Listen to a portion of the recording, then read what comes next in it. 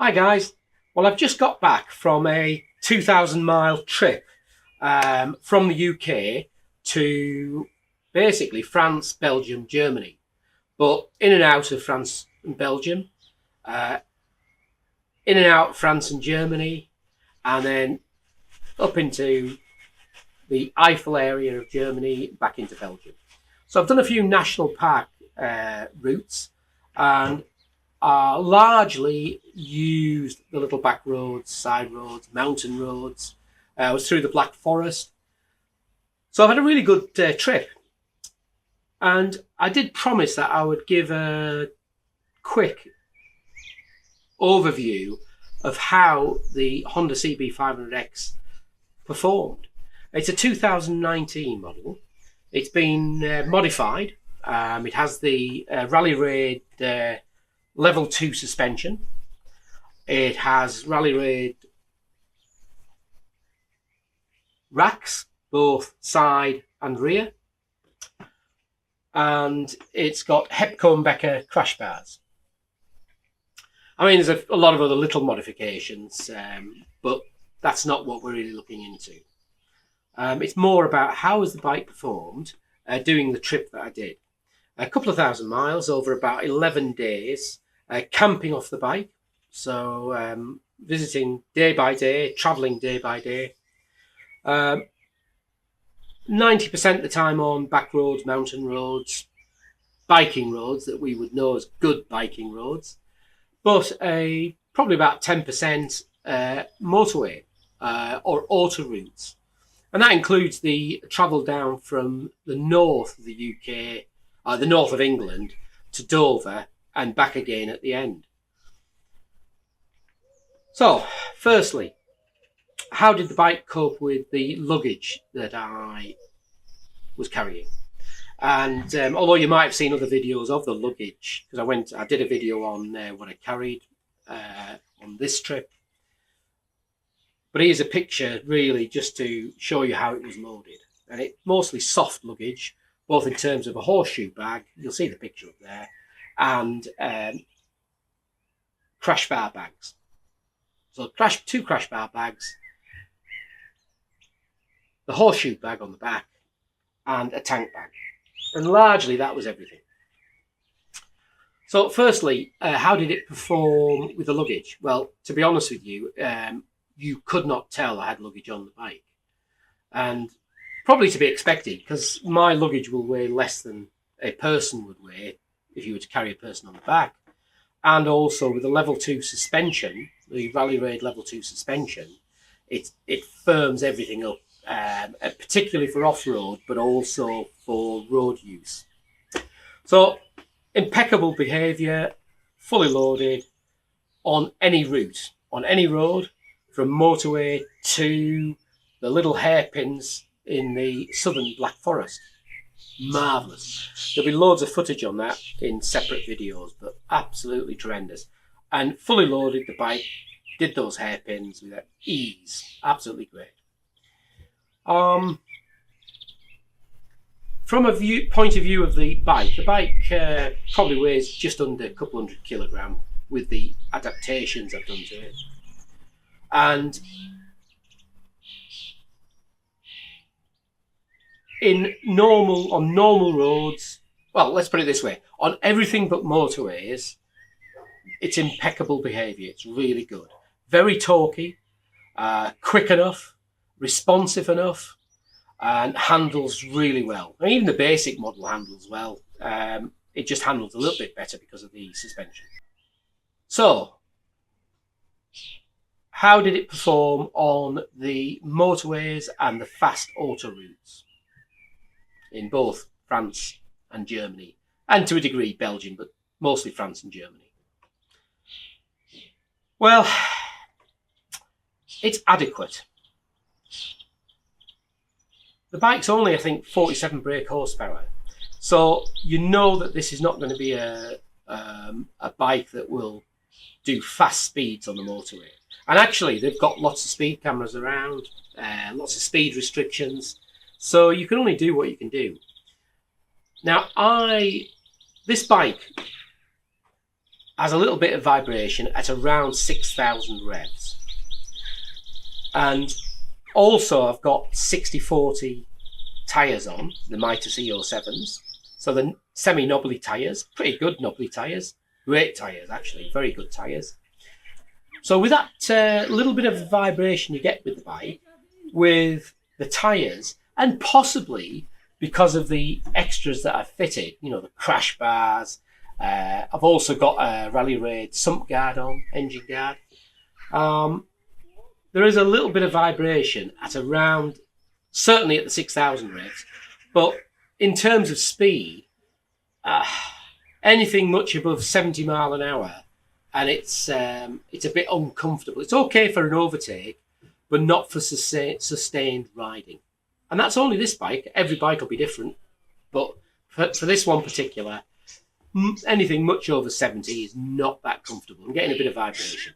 I might have a look at tightening loosening and then tightening the engine bolts, and that might solve that. Well, not solve it. It won't solve it, because even when it was new, 6,000, you could feel it. 6,000 revs. So at about that 70 mile an hour, it's okay. On a long 2-3 hour ride, it's a bit buzzy. It gets a little bit of vibration in terms of the handlebars, the foot pegs, and I've got rally foot pegs on as well. So I know that this is only accountable for this bike. And also getting vibration coming up through the seat. What I found was, if I kept the speed to about 65 mile per hour, which puts you ahead of the lorries, then it's much more comfortable. Once you're up to that 70 mile per hour, and certainly going up to 75, it's not comfortable at all. Again, this bike. I've said it before when I did a review on the bike, which is now 10,000 miles ago, so I've done over 20,000 miles on it now. But at the 10,000 mile mark, I think I said then that it's not really a bike for cruising the German autobahns. Well, have been cruising the German autobahns to get from A to B, and it's not a bike for cruising the German autobahns, most certainly. However, it'll do it just at a little bit of a more steadier, slower pace. What else can I say about it? Reliability, nothing goes wrong with this bike. Nothing has gone wrong with it, nothing goes wrong with it. I did have a problem with the Garmin. It started losing power, it wasn't charging off the wiring loom. But that's not a fault of the bike. It's just I've got a problem on the wiring loom for the sat-nav. And I've tried to fix it while I was away, but just couldn't manage to do so. So I think it's going to be a new wiring cable, Garmin wiring cable. So that was a bit of a pain, not having sat-nav.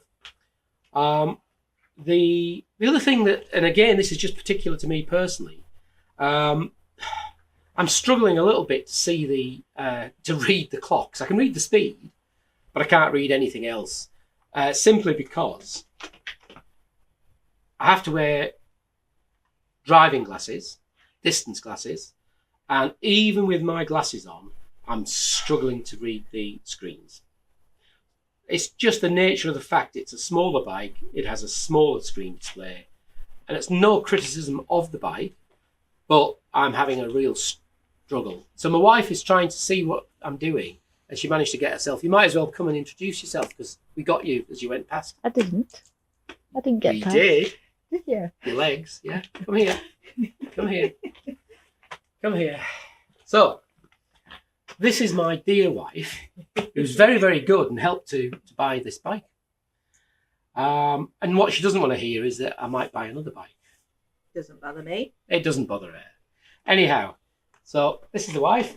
Hello, everyone. I don't actually know what did you want? I just come out to see you. Oh, she was just being nosy. Yeah. Anyhow, yeah, so I'm personally, and it's just because my eyesight isn't as good as it was, having some struggle with the screen. The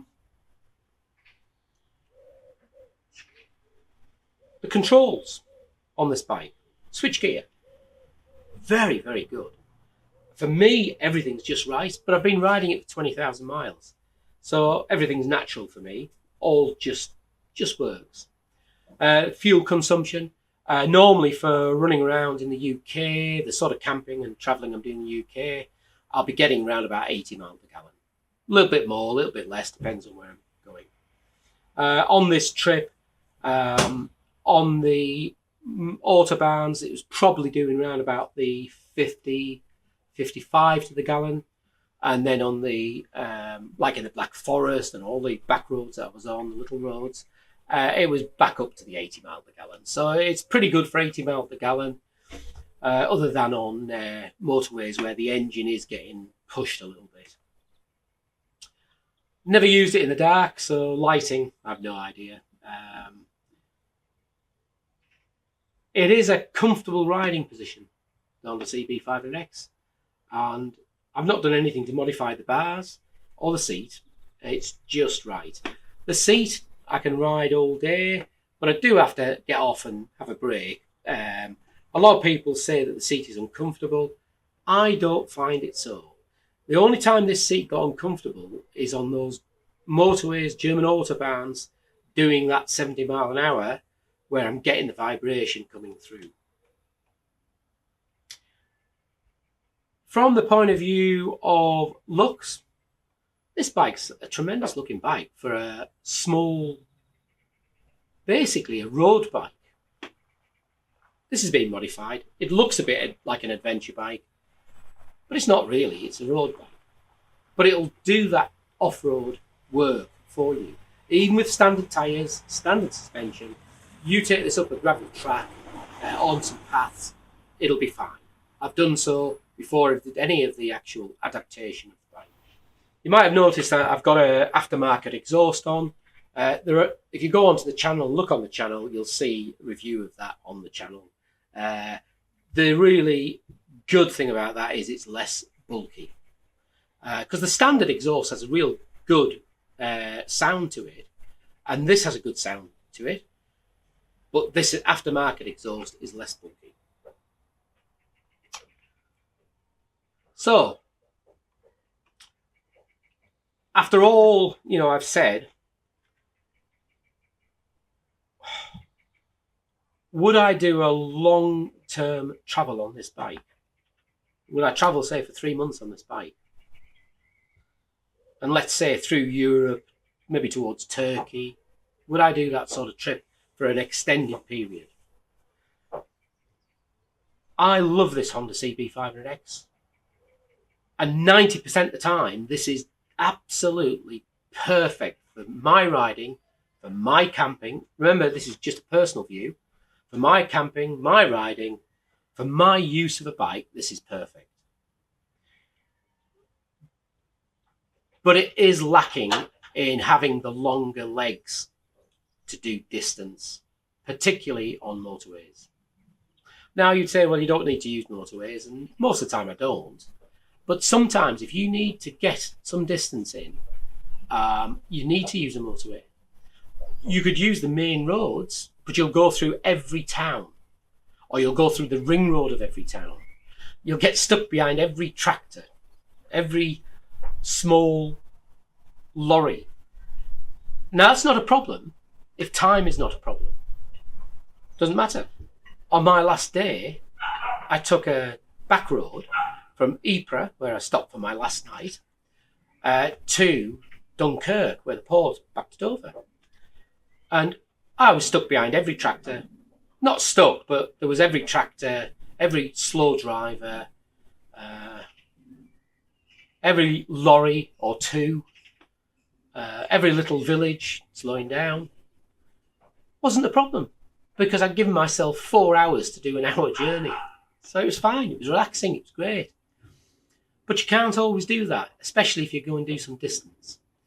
And that's where, for me personally, the bike is lacking. And it's those long legs, it's that distance travelling. And the other aspect which I mentioned, my ability to read the clocks. Speedo's okay, because it's digital. But to read the rest, it's a struggle. So, I'm not going to rush into changing the bike. I'll continue with this bike for at least another year or two. I'll see if I can sort out some of the vibration issues. Might be just the way that I've bolted stuff. You know, the engine might just need a the engine bolts might need a retweak. But ultimately, I may have a look at a bike that has a bigger display for me to more easily read the data that's on there. So, after all I've said, I guess the question is, for a long distance trip, a long-term, long-distance trip, would I take this bike? And I guess the answer is I might. But equally, I would maybe look to get something that has a little bit more horsepower. I wouldn't want anything heavier, so it would have to be under the 200 kilogram. I wouldn't want anything physically too much bigger. But I certainly could benefit greatly from a larger screen, like you're finding on a lot of the more modern bikes that are coming out.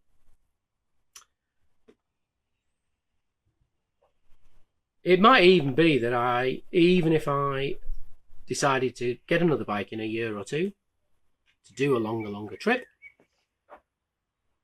I would maybe still keep this bike because I have a certain affection to it.